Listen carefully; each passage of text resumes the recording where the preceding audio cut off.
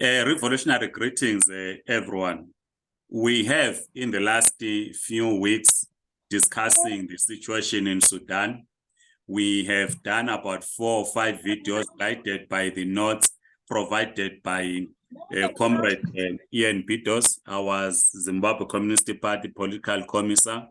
We promised in the last video that we'll be joined by Dr. Elgon to give us a detailed briefing of what is happening in Sudan. You also remember that Dr. Elgon was speaking at the seminar of the African Diaspora Forum, where he outlined what is happening in Sudan and the work that is involved in.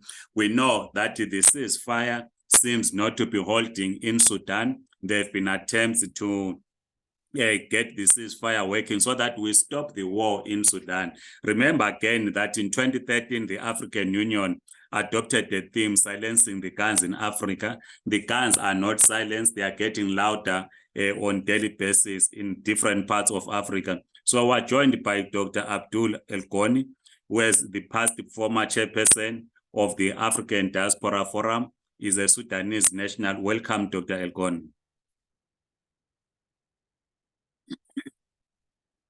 Dr. Elgon, you muted yourself. We can't hear you. Thank you very much. Thank you very much. And thank you always for taking the issues of Sudan in your program. And I'm happy that you are handling all African issues. This is how we wanted the Pan-Africanism to be a practical thing, not just a talk. Thank you very much. In your presentation, Dr. Elgon, at the seminar of the African Diaspora Forum, you said, as the Sudanese people, you are caught in between the rapid military force and the Sudanese military. What is happening? To be very frank with you, it is still happening. It is still the same thing. The airplanes are sending their hot fire to the ground, and people are dying. Actually, one bad thing happened yesterday when there were Congolese refugees in Sudan, a community of Congolese refugees, and the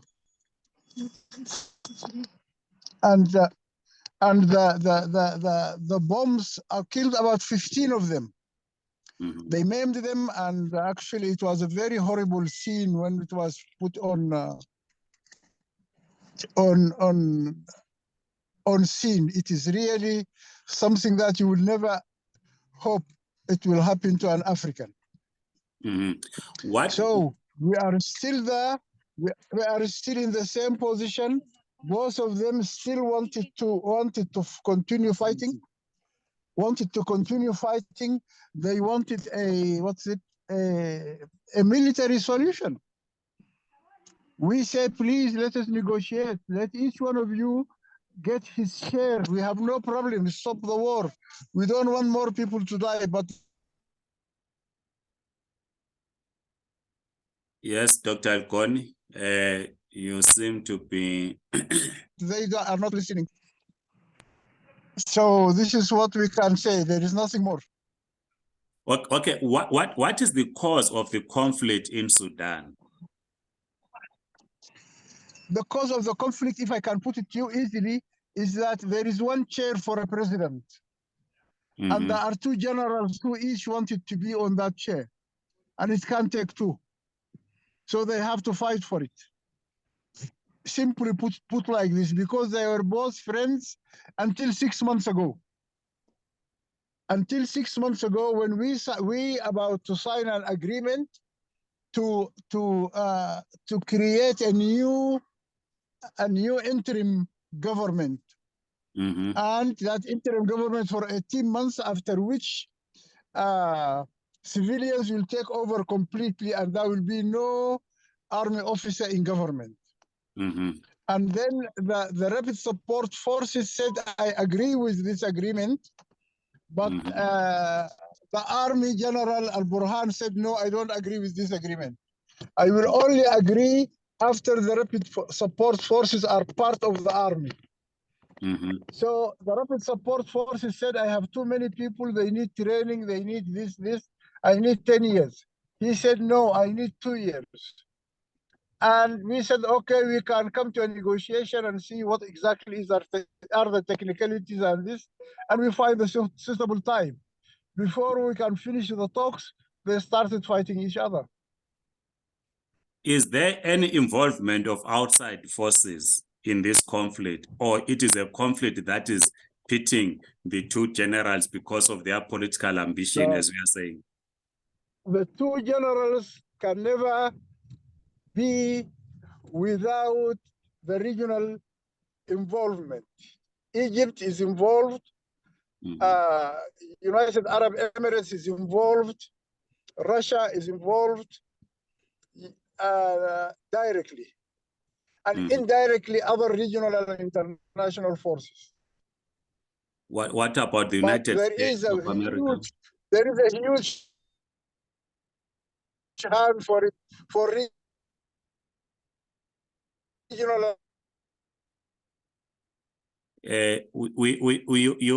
are on the road. International interests. Dr. Elgon, you are on the road, so we are losing you a bit. I will stop now. In 3 minutes. In 3 minutes, I will stop. In 3 minutes, I will stop. Okay, right. What? Because you are saying Russia is involved in the conflict. We see the conflict in Ukraine as led by NATO. Are we not also seeing the head of the Americans in the Sudan conflict? Are they not taking any sides in this conflict? The Americans are playing it behind the European Union and behind the Saudis. They are not playing it directly. I think they are avoiding conflict with the Russian or whatever. The Russians, we have the Wagner company working both in gold mining and in supporting the RSF, both in military and security issues. You see, one of the problems is this. Al-Bashir, before he was deposed, actually 6 months before he was deposed, he signed an agreement.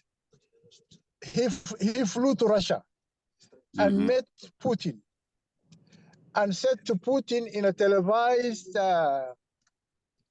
program recording that he wanted the support of the Russians to protect him from the Americans. And the Russians agreed, and I think in that mission, he signed the agreement with the Russians, and Wagner came and worked in Sudan. Unfortunately, when he was deposed, Wagner found that it will be better, prosperous, if she sided with RSF instead of siding with the army, which was ruling.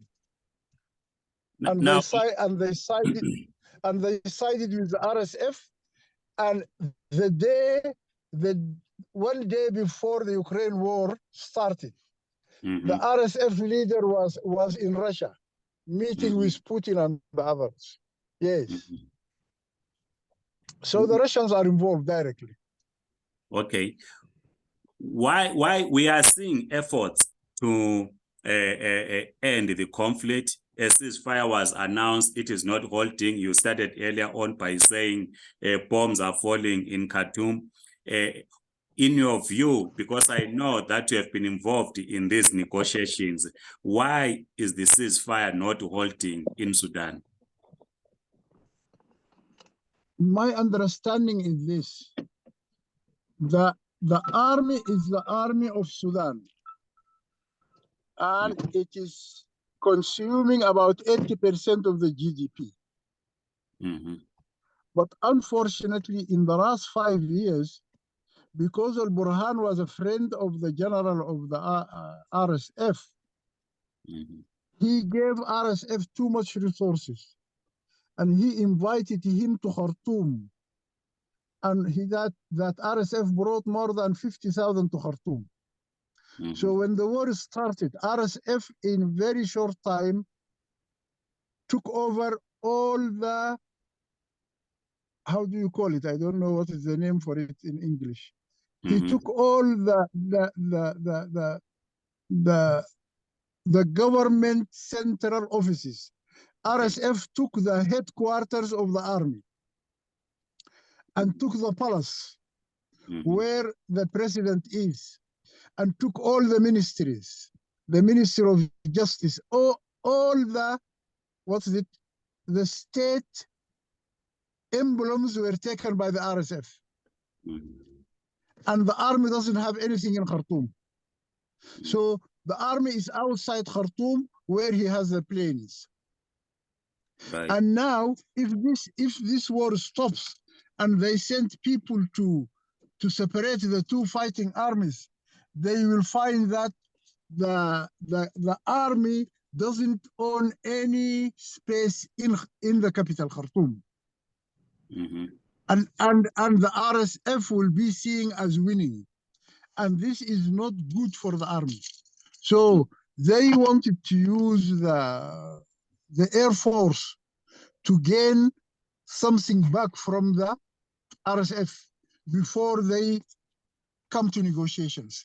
And this proves very difficult. That is the problem. That is the problem we are living with now. So who is leading these negotiations, the ceasefire negotiations? There is a representative from both RSF and the army. They are both in Jeddah. The Americans are saying now, you two are unable to solve this problem alone. We needed to bring the civil society, the political parties, as an additional facilitators with us. The two facilitators are only the Americans and the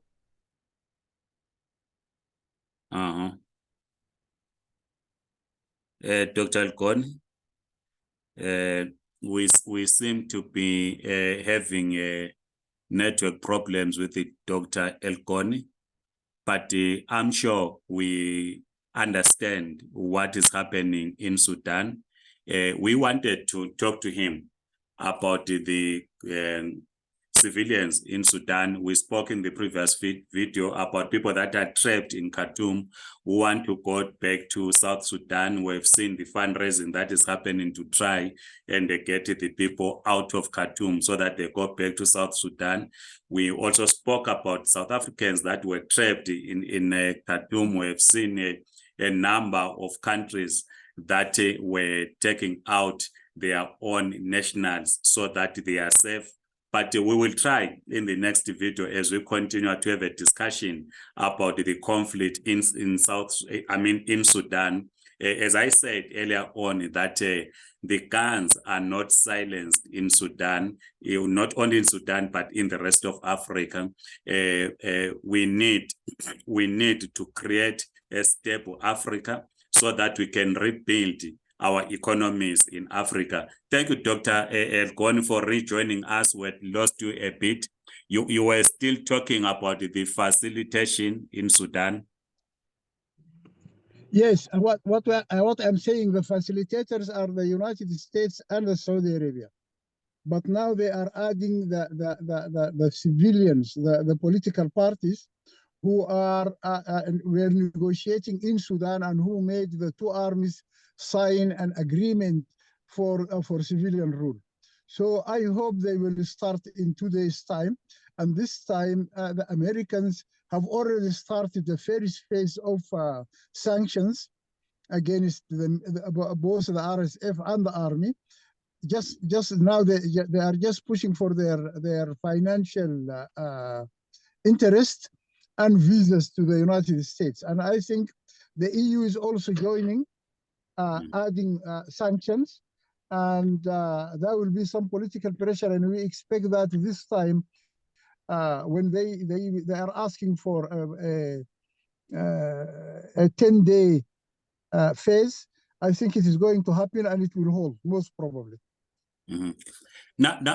Before we talk about foreigners that were trapped in Khartoum.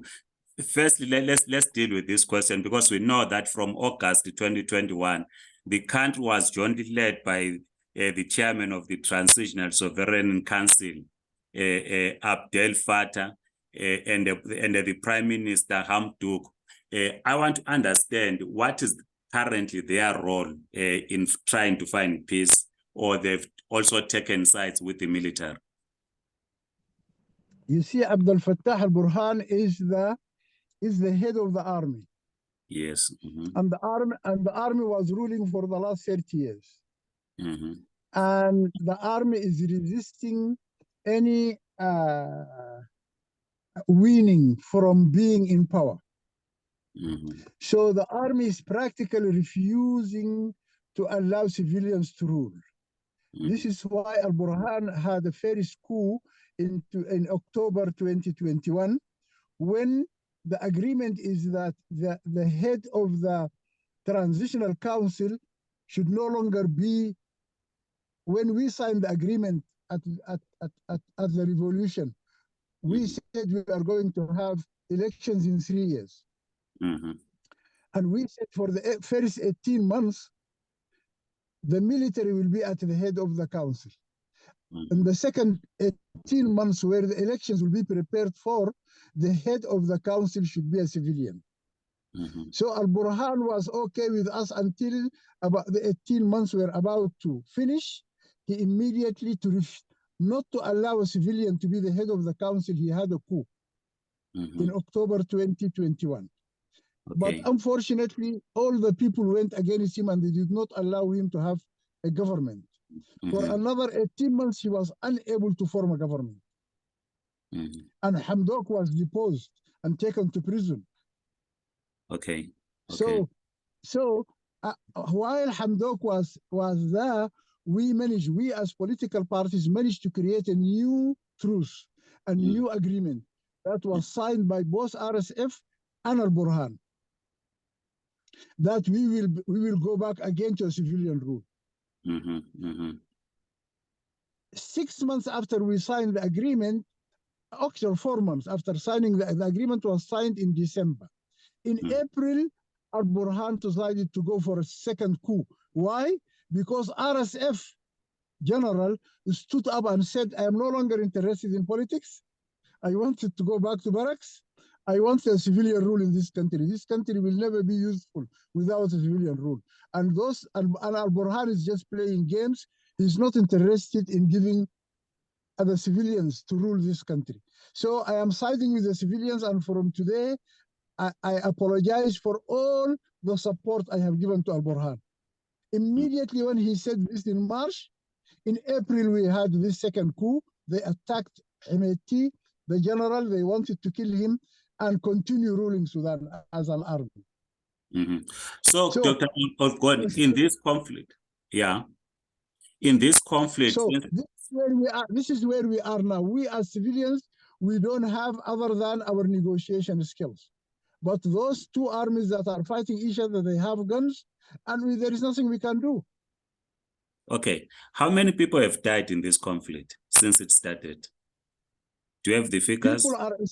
People are estimating a minimum of 3,000 civilians and a minimum of about 15,000 army personnel from both sides. Okay. We saw officially in Khartoum, there is, I think, 1,200, something like this, who died in Khartoum, who have been taken to hospitals and counted. But there are so many of them who have just been buried in those different areas of Khartoum. No one knows about them. Okay. We saw in Khartoum, South Sudan nationals who wanted to be repatriated back to their country, running away from the conflict. There were challenges with the resources. Some fundraisings were being organized to organize transport so that they can go back to South Sudan. Where are we now? It's a big problem, because people are estimating there is 1.5 million South Sudanese in Sudan. Mhm. The majority of them, they don't want to go back because they know there is nothing in South Sudan for them. And Okay. they cannot stay in Khartoum because it is not, they can't manage. So they are staying in the borders between Sudan and South Sudan, where they are expecting UNHCR to come and support with food and health. Okay. So the people are saying there is about 500,000 in the border between Sudan and South Sudan. Or who are trapped on the side of Sudan. Exactly. Exactly. Do we know if there are still any other foreign nationals that are still trapped in Khartoum? Yes. We have 2 million Ethiopians in Sudan. Mm-hmm. We have about 200,000 Congolese in Sudan. Mm-hmm. We have thousands of Central African Republic in Sudan. We have almost 1 million Eritreans in Sudan. Okay. The good thing is that the army is focusing its war in Khartoum to take back those simple symbols of government. And there is no fighting in rural Sudan. We have about 14 states. So from the 14 states, there is only 4 states, 3 in Darfur and Khartoum state, where there is fighting. But the remaining 10 states, there is no fighting in them. This is why the majority of Sudanese, they are saying almost 3 million people from Khartoum have fled to the other states in Sudan. Okay, so in other parts of the country, including people from South Sudan, including people from Central African Republic, people from Ethiopia, they are in the states that are bordering those countries. They haven't been back to their countries. They are in the states bordering those countries, and UNHCR and the International Organization for Migration is trying to give them support. There are a lot of NGOs that are trying, they are working there. But the need is more than what can be provided. It is a very difficult situation. You will never hope that God will put you in a situation like this. It is beyond human capacity. Let me put it that way. Yeah, I know, Doc, as we conclude that you come from a tribe that has a lot of cattle. So this war has not disrupted your political economy in rural communities. Your cattle are not affected by this war. No one has abandoned their livestock. No, they have disrupted our life. Let me put it to this way. You see, on the 26th of April, we were taking a caravan with 500,000 doses for the Rift Valley fever vaccine to go and vaccinate the cattle and sheep in our area. I have organized this with the ministry, and I was just flying to Sudan the second week of April. This thing happened on the 13th. We couldn't do it. This is just one example of a huge function for rural areas that have stopped. And there are so many others like it. But I want just to mention one thing. You see, I went to Egypt, as you know, a few weeks ago to support some of my family who went to Egypt. When they were in the border with Egypt, there were about 20,000 people in the border. And they have only the border post is very small. It was catering for 1 or 2 buses a day. Suddenly there is 50 to 100 buses a day. And there is 1 block of toilets. Oh, okay. Used by men and women for 20,000 people. Look at the situation. There is no food because there is no restaurants in that area because the area is just a border town, a very small border town catering for 1 bus or 2 buses a day. And suddenly there is 20,000, there is 50, 100 buses. It's a very bad situation. What about the schooling in regions where the war is not happening? Are children going with their life, going to school? What's happening? Yes, the schools in all the 10 states that I mentioned to you that they are not at war, the schooling is continuing. The universities are functional. but the universities are not functional in Khartoum. The majority of universities are in Khartoum. Okay. Okay. So practically 60% of universities are out of functioning since April. Not only this, 6 or 7 universities were bombed. And all their computers and all their papers are burnt down. And the students now, they doesn't have any proof that they have studied in that university. There are students who came to Cairo, and Cairo said, no, if you don't bring me official papers, I can't give you access to universities. But people are saying, but our universities were bombed down. They said, this is the problem. We have to sit down and look for a solution for it. Just to give you an example. So the schools in Khartoum, which is the majority, almost 40% of the schools in Sudan are in Khartoum, where we have a third of the population. They are all closed. They are all closed. The universities are all closed. 70% of the hospitals are not functional, are closed. Of course, with this, the majority of the professionals, doctors, nurses, teachers, have left Khartoum for their safety. So even if those hospitals are open, there will be no personnel to run the services. It is an impossible situation. War is very bad. I think we need to support the African Union really to make to silence all the guns in Africa, because it will never allow for development. It will never allow for investment. It will never give you an opportunity to be what you can be.